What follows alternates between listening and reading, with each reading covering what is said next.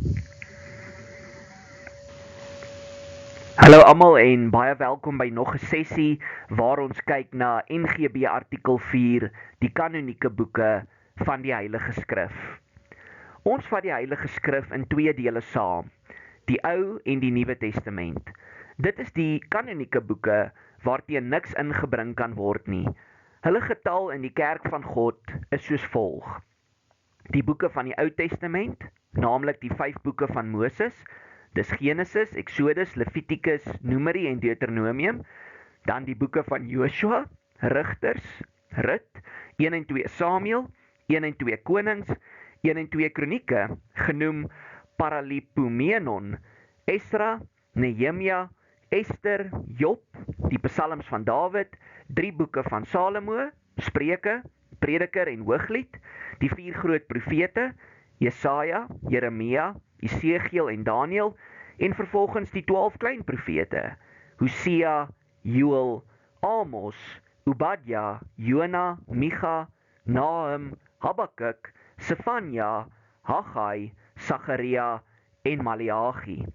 Die boeke van die Nuwe Testament, naamlik die 4 evangeliste, Matteus, Markus, Lukas en Johannes, die Handelinge van die Apostels, die 14 briewe van die apostel Paulus aan die Romeine, 2 aan die Korintiërs, aan die Galasiërs, die Efesiërs, die Filippense, die Kolossense, 2 aan die Tessalonisense, 2 aan Timoteus, aan Titus, Filemon en Hebreërs, die 7 briewe van die ander apostels, die briewe van Jakobus, 2 van Petrus, 3 van Johannes en die brief van Judas, en die openbaring van die apostel Johannes.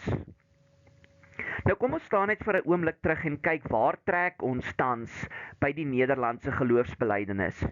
Ons het nou al 'n paar keer gesê die artikels in die Nederlandse geloofsbelijdenis volg baie logies op mekaar. Daar is 'n rede vir die plasing van elke artikel. Ons het in artikel 1 begin deur te sê ons almal glo met die hart en bely met die mond dat daar 'n enige en 'n enkelvoudige geestelike wese is wat ons God noem. Die volgende vraag wat natuurlik hierop volg is, maar hoe ken ons hierdie God? En toe het ons gesê ons ken hierdie God deur die skepping, onderhouding en regering van die wêreld in die eerste plek, maar in die tweede plek leer ken ons hom nog beter deur sy spesiale openbaring, en dit is deur die skrif. En nou is dit net natuurlik dat daar bietjie uitgebrei word op die skrif. En daar word uitgebrei op die skrif in artikels 3 tot en met artikel 7. En dan in artikel 3 gaan dit hoofsaaklik daaroor dat die skrif nie deur die wil van 'n mens voortgebring word nie. Met ander woorde, dit is nie menslike denke nie, dis nie menslike denke oor God nie, dit is God wat sy woorde in die gedagtes van die skrywers ingeasem het en hulle het dit neergeskryf, hulle het dit gesê en later is dit op skrif vir ons neergesit. En daarom noem ons sulke geskrifte die heilige en die goddelike geskrif. Maar nou 'n vraag wat natuurlik op hierdie een sal volg is, maar hoe weet ons dat die boeke wat ons in die Bybel het, die regte boeke is? En dis hoe ons kom by die artikel wat gaan oor die kanonieke boeke van die Heilige Skrif. Nou kom ons staan vir 'n oomblik stil by die woord kanon. Die woord kanon is 'n baie oudtydse woord wat destyds verwys het na 'n tipe reguit riet of 'n stok. En dit was gebruik as 'n maatstaf. So met ander woorde, wanneer ons sê hierdie boeke wat nou genoem is, wat ons saam gelees het, wanneer ons sê dit is die kanonieke boeke van die Heilige Skrif, dan sê ons dit is die maatstaf vir ons lewe. Dit is die maatstaf vir hoe ons weet hoe ons verlos kan word. Dit is die maatstaf vir hoe ons weet hoe ons heilige lewe kan leef. Dit is die maatstaf vir hoe ons God leer ken en hoe ons weet hoe ons hom kan verheerlik. Dit is eintlik 'n manier om te sê hierdie boeke is die boeke wat deur die Heilige Gees geïnspireer is.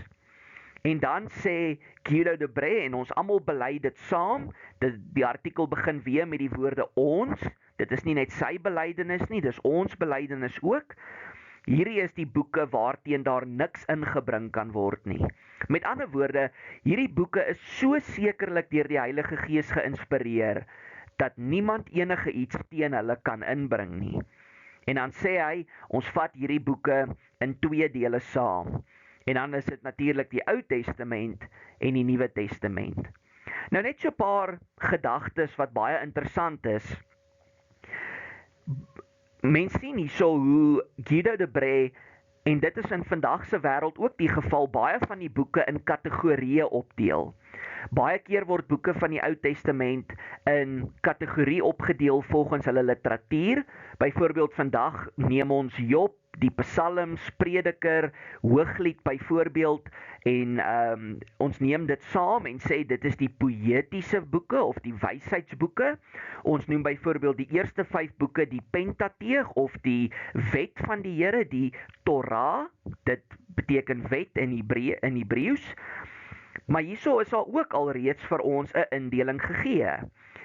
Guido de Brès praat byvoorbeeld van Genesis, Exodus, Levitikus, Numeri en Deuteronomium as die 5 boeke van Moses. En by baie mense vandag is daar nog hierdie tradisionele siening dat hierdie eerste 5 boeke van die Bybel deur Moses geskryf is.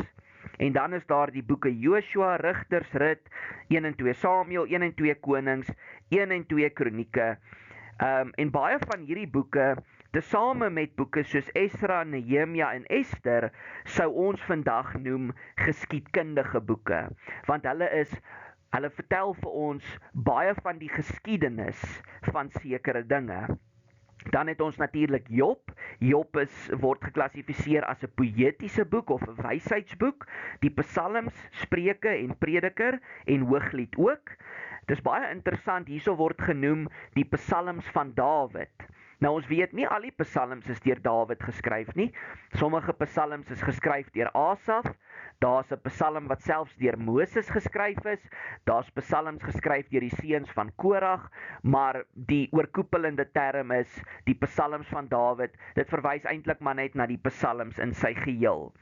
En dan, wanneer Guido de Brès praat van die 4 groot profete en die 12 klein profete, dan moet ons dit nie sien as die 4 groot profete is belangriker as die ander profete nie. Hulle word slegs genoem die 4 groot profete omdat die lengte van hierdie boeke baie langer is. Met ander woorde, hulle bevat baie meer inhoud. Vat byvoorbeeld 'n boek soos Jesaja wat 66 hoofstukke het teenoor 'n boek soos Habakuk wat net 3 hoofstukke het. So dit sou eintlik beter wees om van dit te praat as die 4 groot profete en die 12 kleiner profete.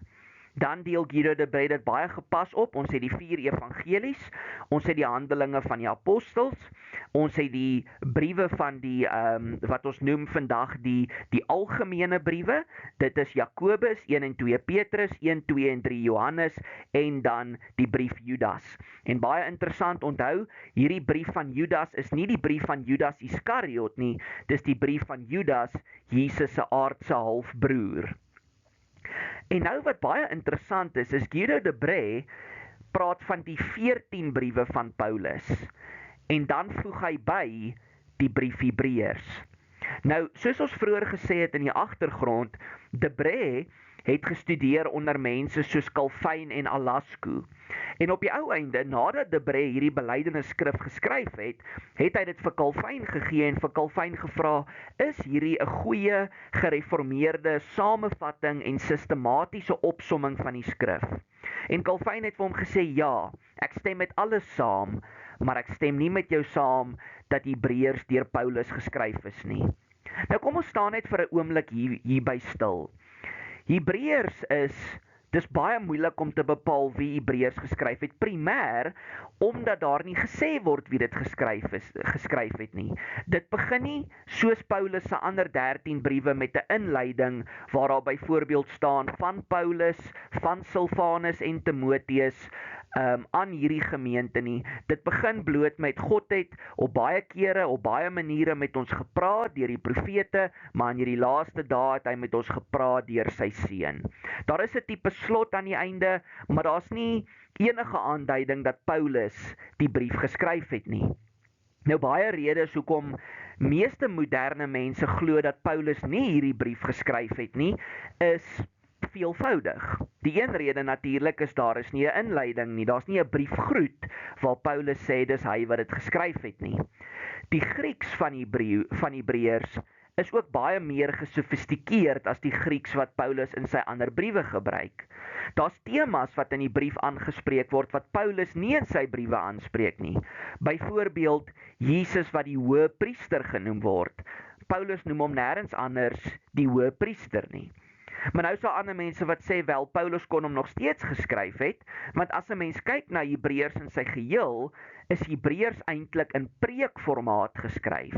En 'n preek benodig nie 'n preek benodig nie 'n spesifieke briefopening waarin daar gesê word wie dit geskryf het nie. Maar dis net so 'n bietjie interessante inligting. Meeste mense vandag stem saam met die kerkvader Origenes wat gesê het net God weet wie Hebreërs geskryf het. Maar Hebreërs spreek steeds met apostoliese gesag en dit stem ooreen met die res van die boeke van die Nuwe Testament en daarom dat ons ook glo dat dit deel vorm van die kanonieke boeke van die skrif. Wel, dis dit vir NGB artikel 4. Ek het 'n interessante prentjie hier agter. Ek gaan dieselfde prentjie gebruik in die volgende artikel waar jy gaan sien waarom ek juis hierdie prentjie gebruik en wat hierdie prentjie beteken.